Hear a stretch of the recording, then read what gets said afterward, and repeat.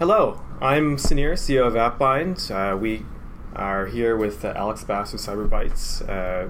Really exciting person to meet. He's very, very hands-on with technology as an agency. I'd love to talk to you about how your practices with customers. Maybe you can tell me a little bit about your CyberBytes and what office you're in and why we're here and your relationship. Yeah, for sure. So we are currently in the Copper headquarters here. My company, what we do is we help companies implement automation and processes. We will go into small, medium-sized businesses. We'll evaluate their sales, operations, and admin processes. We'll document it all, and then we'll figure out where there may be missing software. We only work with companies that are using Copper and G Suite. If you're using Copper, you're going to be using G Suite anyway.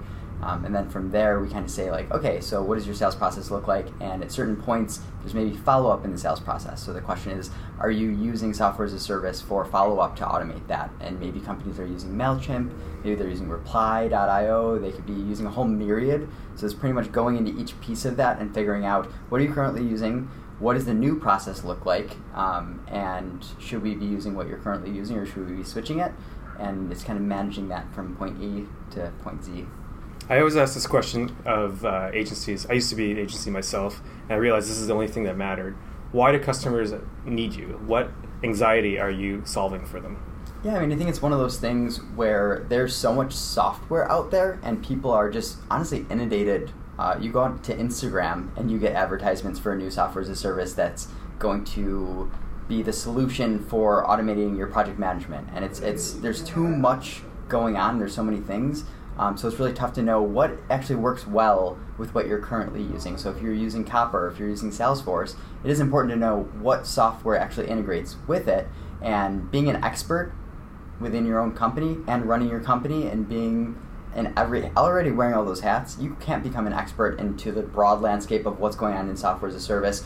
What has good APIs, what has bad APIs? Say that your process at one point you want to do something, can you even do it with this software? It might be beautiful software, but if they don't have an API to allow for that, and how are you going to know that unless you research the entire landscape? Absolutely. And who are your typical customers? Yeah, so our typical customers kind of range. We found a really nice niche in the field service space, so like contractors, painters.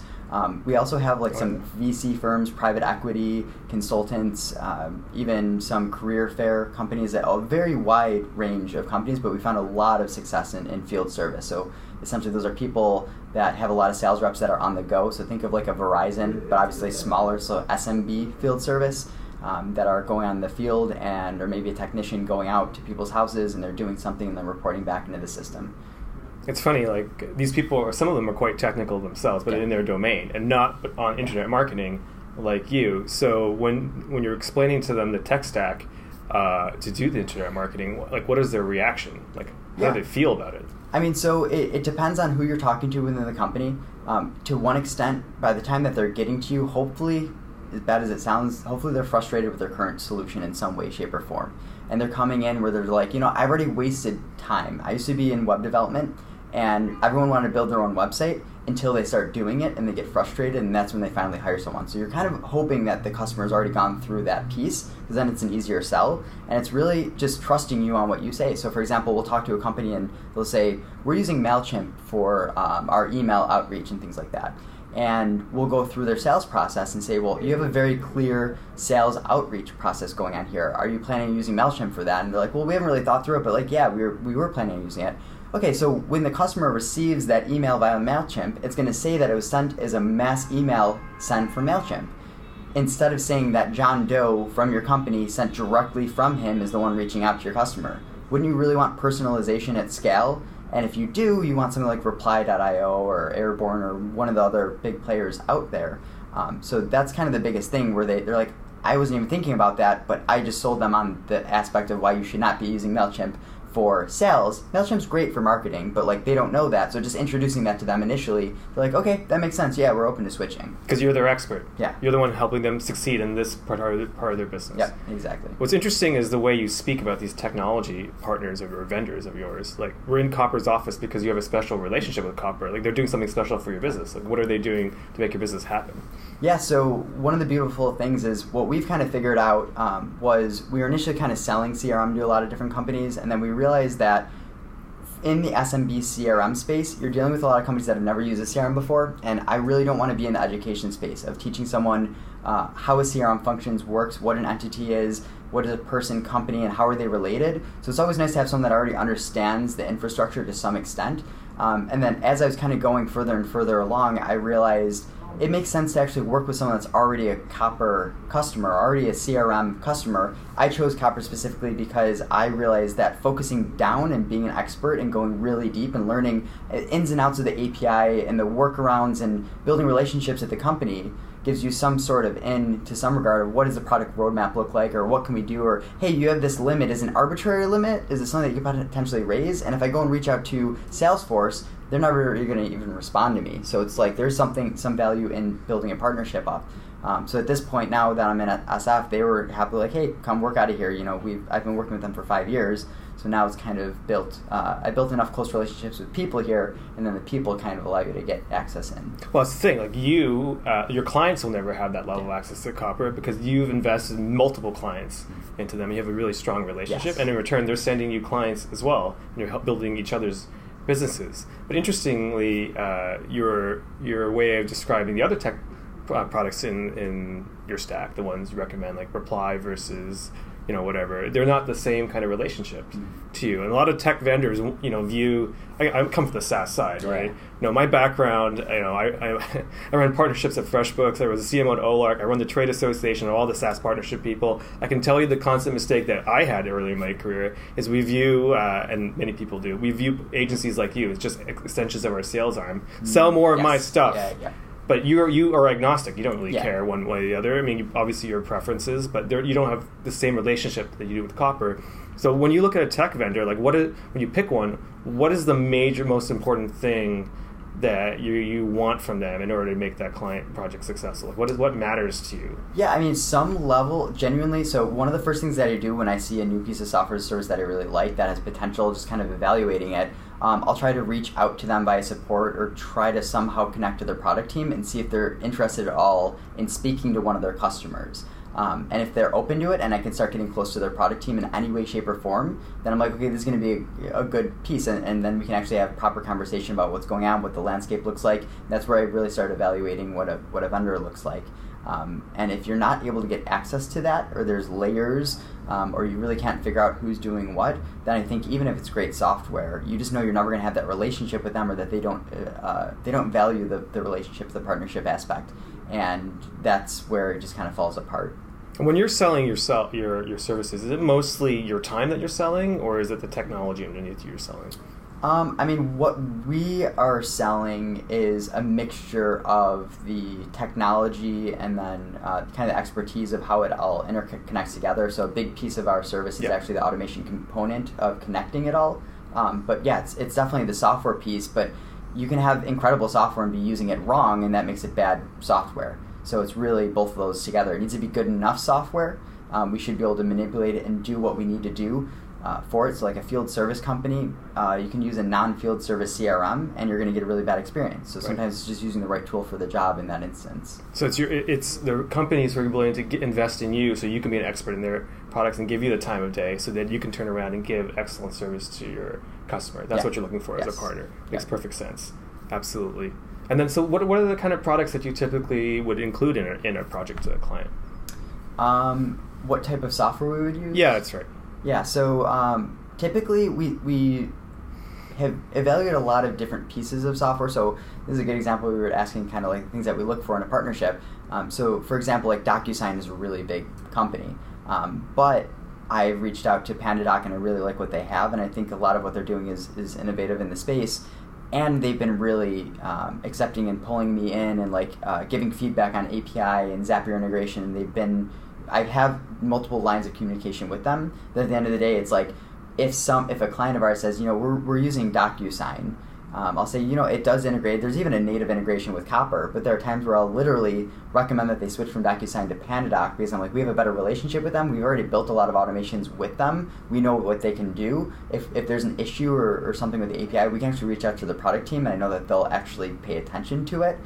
So some of it is like you may be choosing a different tool than what you're using, simply because of the relationship that we have, because then we can give you a better user experience. Because at the end of the day, if you have a question on any of the software stack that you have, we're trying to be that one direct line of communication because we understand your entire stack and how it works together. If you reach out to DocuSign, they won't understand why you need or what type of integration you need or what the problem is because they don't know that you're using Copper and that you're using QuickBooks Online or how all that integrates together, what it's doing. So we can come in with a collective understanding of what your business model is, what you're doing, and how everything interconnects.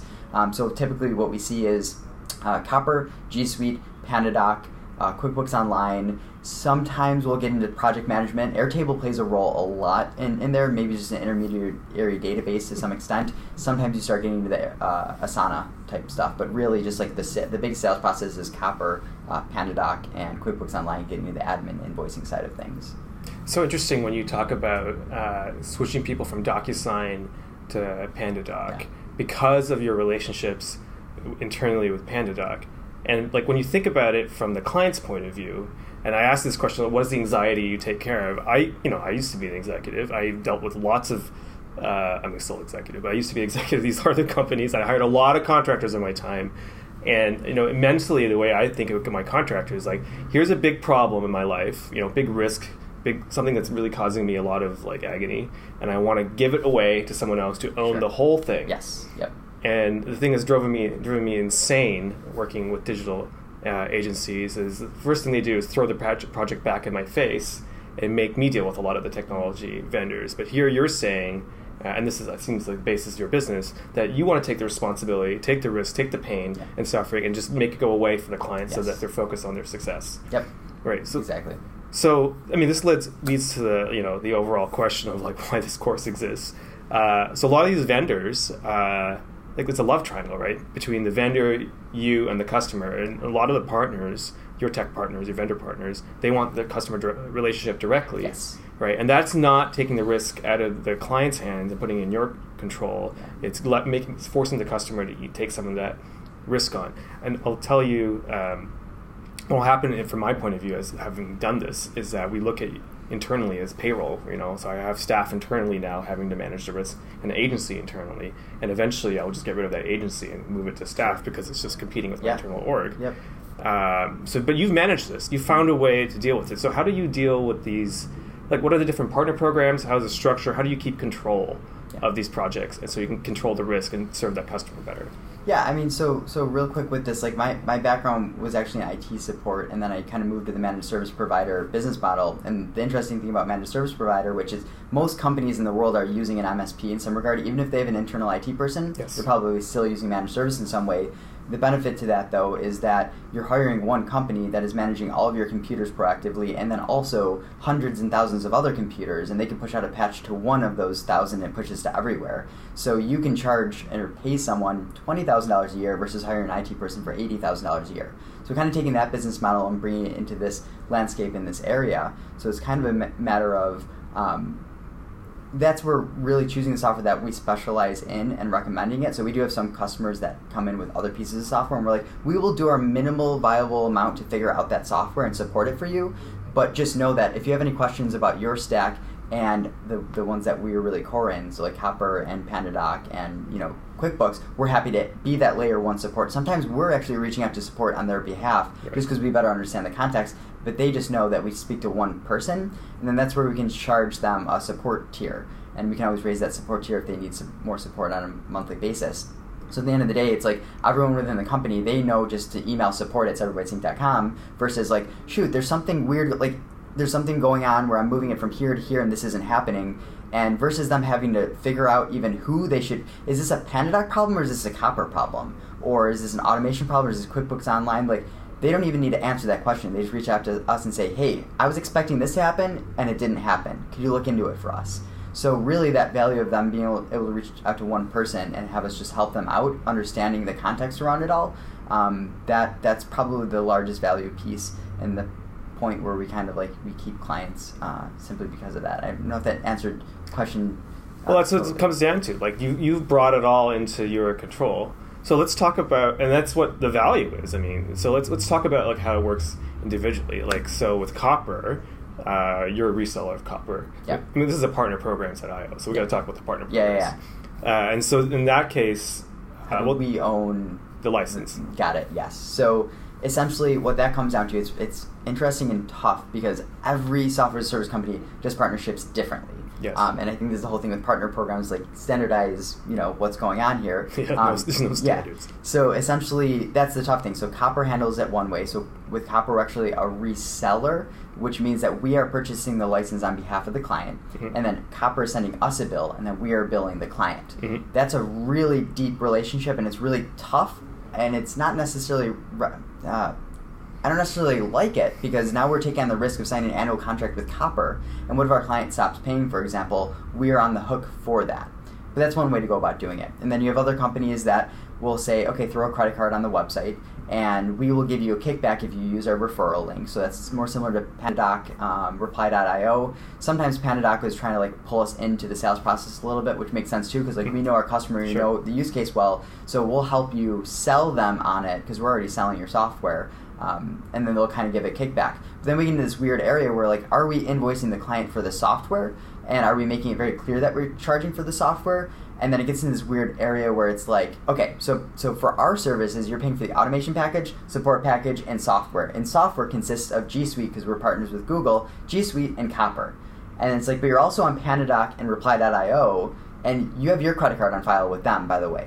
And it starts getting really confusing and disconnected there, because it's well, wait, but you're saying that anytime you have Reply or Pandadoc support questions, you reach out to CyberBytes. Yeah, that's true. So, but then why aren't you charging us for Pandadoc? And it's oh, well, their partner business model is different. And then that's where it starts getting really weird, where it's you're explaining why you can't do an all-in-one package because you're doing it everywhere else in the service you're offering, but not in the billing infrastructure, and it just leads to kind of questions to arise. The worms can't be canned. Yeah. That's the problem, right? You can't get everything under your control.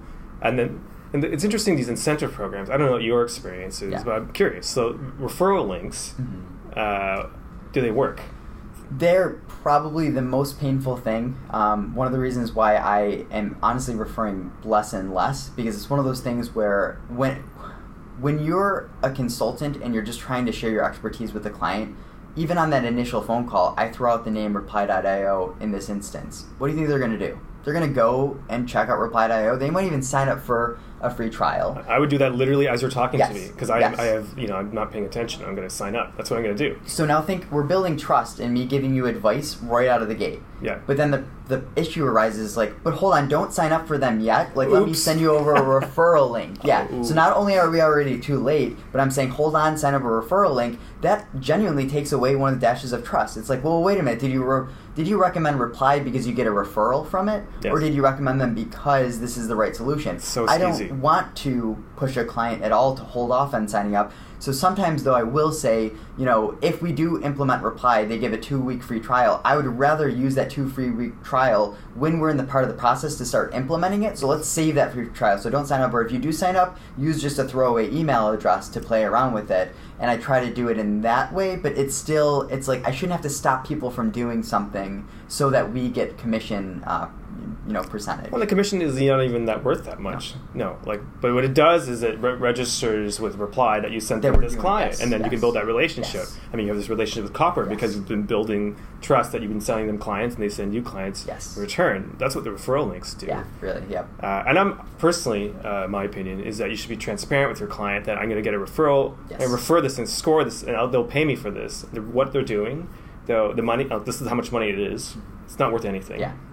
It just pays me for my time to deal with the vendor across all my clients, and I don't want to bill it to any particular client. So it's fair. This makes the vendor pay for my time with them. That's what I say. Yeah. And that always works. And just tell them I'll register you. I'll sign you up. But you can't, with some of these programs, you can't actually sign them up. Yeah. Well, not until we come in the picture. Yeah. We'll get there later. Yeah. What about the common objection? So you mentioned, you're in the middle of the billing. You don't want to be in the middle of billing with Copper because you're on the hook for. Has that ever happened to you? Has there been problems with being in the middle of the money? Yeah. Well, tell me what happened. Yeah, I had a client. I mean, this is one of the instances where it is tough. So I've taken on when you're dealing with an SMB space in general, sometimes I'll take on a 1 or 2 seat client. And at a certain point, if they don't get value from the CRM, which often happens if they don't really embrace it, and some of that is like, we've trained you as best as we can, we set up all the automations and integrations. This doesn't happen too often, but if that falls to the wayside, then at a certain point, they just stop paying. And I'm like, but hold on a minute, like, I'm already on the bill, like, I signed an annual commitment with Copper. Yes, I do get a small margin, 10, 15, 20%, depending on like who sources and all these different things. But now the worst case is like quite literally, wait, shoot, like I just paid Copper $1,500 and I've only received $200 of that $1,500 from the client, and now they're no longer paying. And hey, Copper, is there any way we can cancel this or can we shut their account off? Well, no, they've technically paid because I've paid, and no, we can't shut their account off. So now essentially they get a free account for the next year, and I'm in a very weird collection situation with them, and this just detracts from my main business model, which is not managing licenses for companies across software. Yeah, and the clever idea inside the SaaS companies is we've offloaded the risk onto the agency partner. The terrible problem with that is agency partners are on the thinnest margins in reality. I mean, you're basically selling yourself. You're an income. Yeah. You're not like, there's no leverage. Like, you're selling your time, and so you have to eat the cost for this venture funded company, right? And it's this very strange feeling. It happens a lot of programs. A lot of agencies feel it's a worry that you don't need, right? So that's an interesting challenge. And then what about things like Reply or PandaDoc? How does that work? You're making the customers buy every single time, or are you buying it, or what's going on? So, I mean, that's an interesting thing. It's funny, too. So, like, Help Scout's another good example where I can use, like, a referral link. It's very basic. Each person gets $50. So, great. What that means is maybe they get 1 or 2 free months. The problem is you start setting it up and configuring it, and now the second free month is up. There's no credit card on file, and now their systems halt because we never even went through the process of getting a credit card on file, because I'm not putting my credit card on file because this is your software. Yes. So then you get in these really weird situations where all of a sudden a client's systems just stop working, and it's like, oh shoot, it's because we didn't put a credit card on file. And then I'm talking to someone that's like lower down in the company, like, sorry, I don't have a credit card. Like, I need to find someone to get a credit card from or whatever else. And now you're in this whole weird mix of other issues that arise over a $25 bill. Yeah, so professional. Yeah. Oh my gosh. Yeah. What a nightmare. And then one other issue that comes up too is who owns the data, right? So if you buy the license for Copper, who owns the underlying data in the Copper account? Yeah, I mean, if the customer always owns the data in that type of instance. The tough, messy piece of it is sometimes there's no direct way to switch from partner back to like the monthlies, or say that they want to switch over to direct to so vendor. they take the license under their control. They can't do that very easily. So they can't typically, with companies like AppDirect, for example, you can't really do that, or at least in certain instances that I've seen companies set up. So it's one of those things where they're like, okay, so what you can do here is you can export all of their data from the system. Mind you, a lot of the exports of these companies, it's missing a lot of the historical data or logged events and things like that happen across the board. Then we can delete the account. They can create a new account, and then you can import the data, and they could just do a direct to software as a service relationship.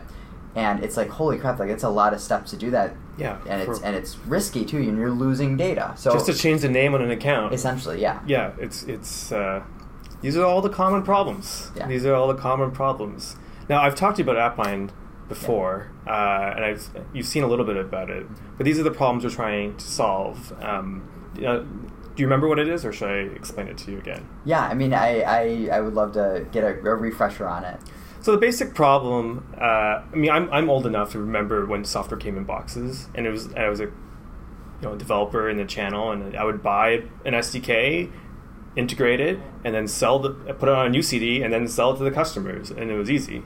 And then they want control of the licenses. Like, here's the original CD. It's not like they need it.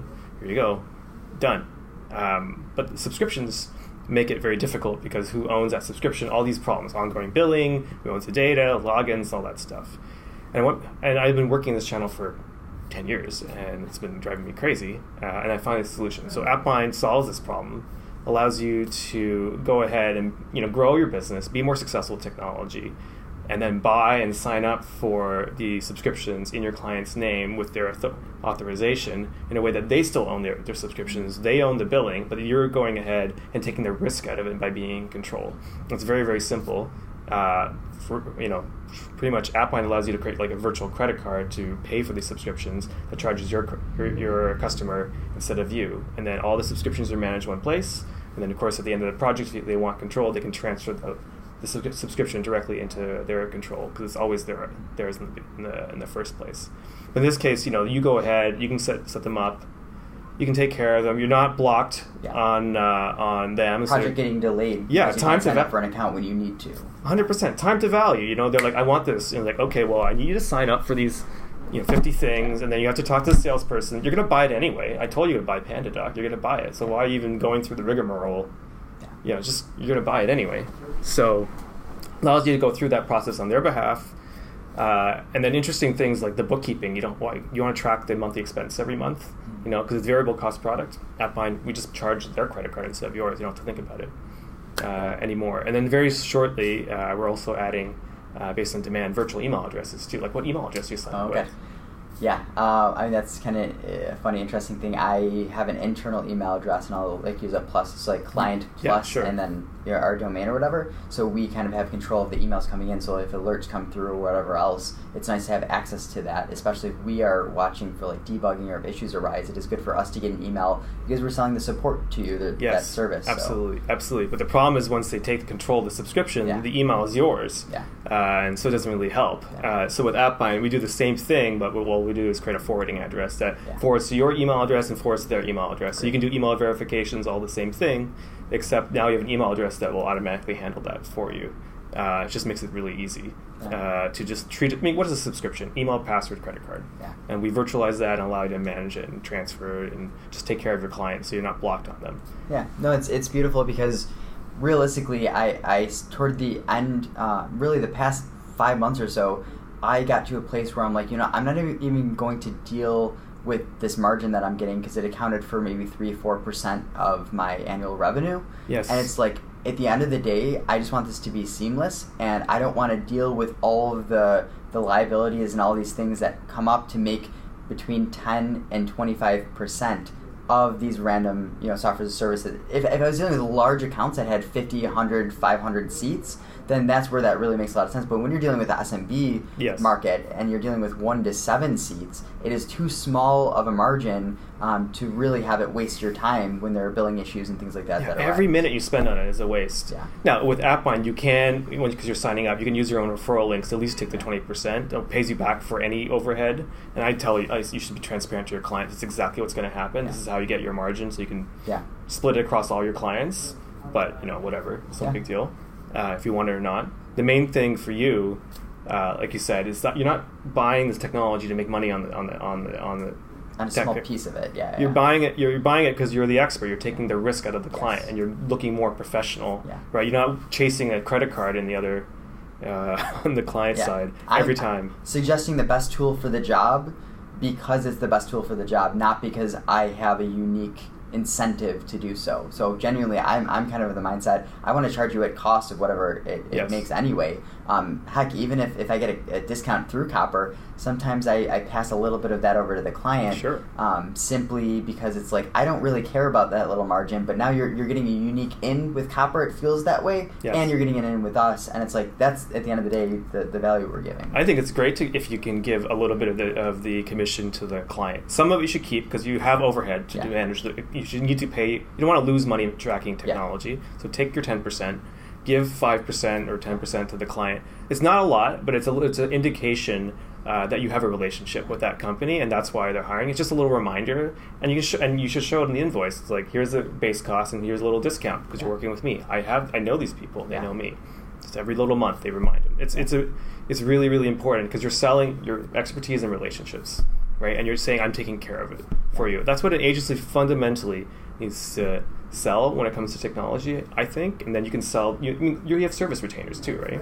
Yeah, service retainers and automation retainers. So the service aspect of it. At the end of the day, we need to charge enough for the hours that are spent doing a lot of this stuff. And if we need to start accounting some of those hours dealing with the admin side of things, like, you don't want to be charged $100, $150, $200 an hour dealing with, oh shoot, there's not a credit card on file. Like, or an expense report for the stuff that you were already doing. The admin work of it all it's painful to manage. I mean, after all, clients are hiring you because you're more productive per hour for this particular stuff than their internal staff. So if you're doing non-productive work, it really murders your ability to position yourself against other agencies, against internal staff. You want to be able to deliver productive hours every time you're working for them. Thank you very much, Alex. Yeah, now we're going to do the unbiased debrief. So I'm going to need you to exit the room. I'm going to glare at you through the window. Awesome.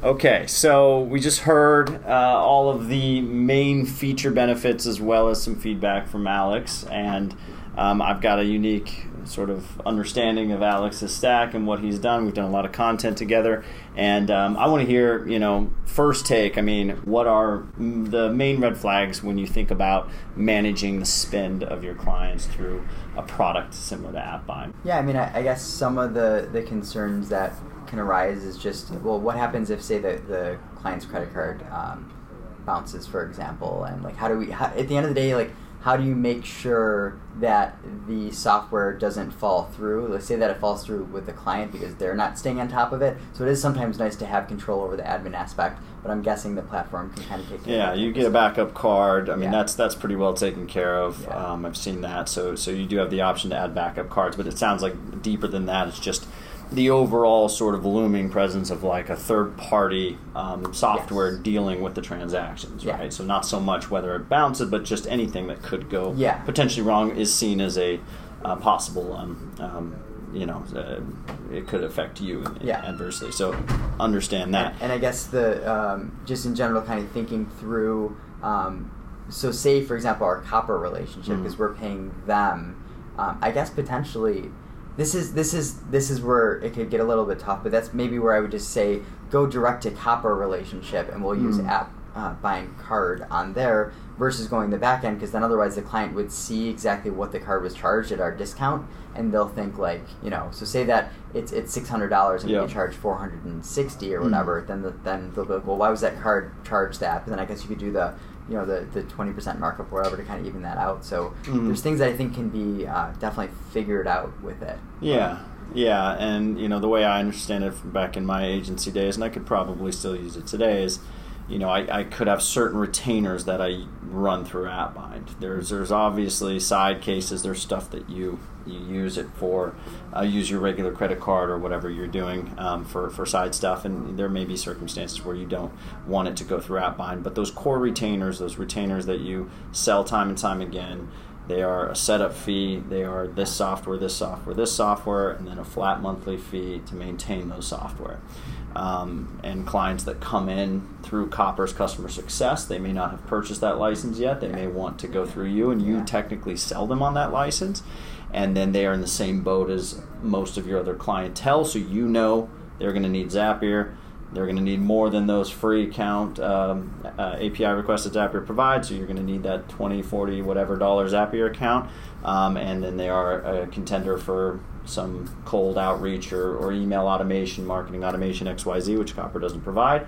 So you get them on that core retainer stack that you sell most of your clients. In that world, it seems like a very easy use case to just say, load them all up, get the card numbers done, and start buying software. Yeah. Okay. For sure. Understood. Anything else that comes to mind that you haven't spoken on? No. I mean, this is realistically, I've kind of moved a lot of my business away from worrying about those referral links and things like that, because I'd rather just give the best customer experience that I possibly can, and genuinely dealing with referrals and having clients wait to do things or do research, it just comes off as disingenuous or that we're not really being a true expert. And so I really built the business to not be around the... Is there someone else in here?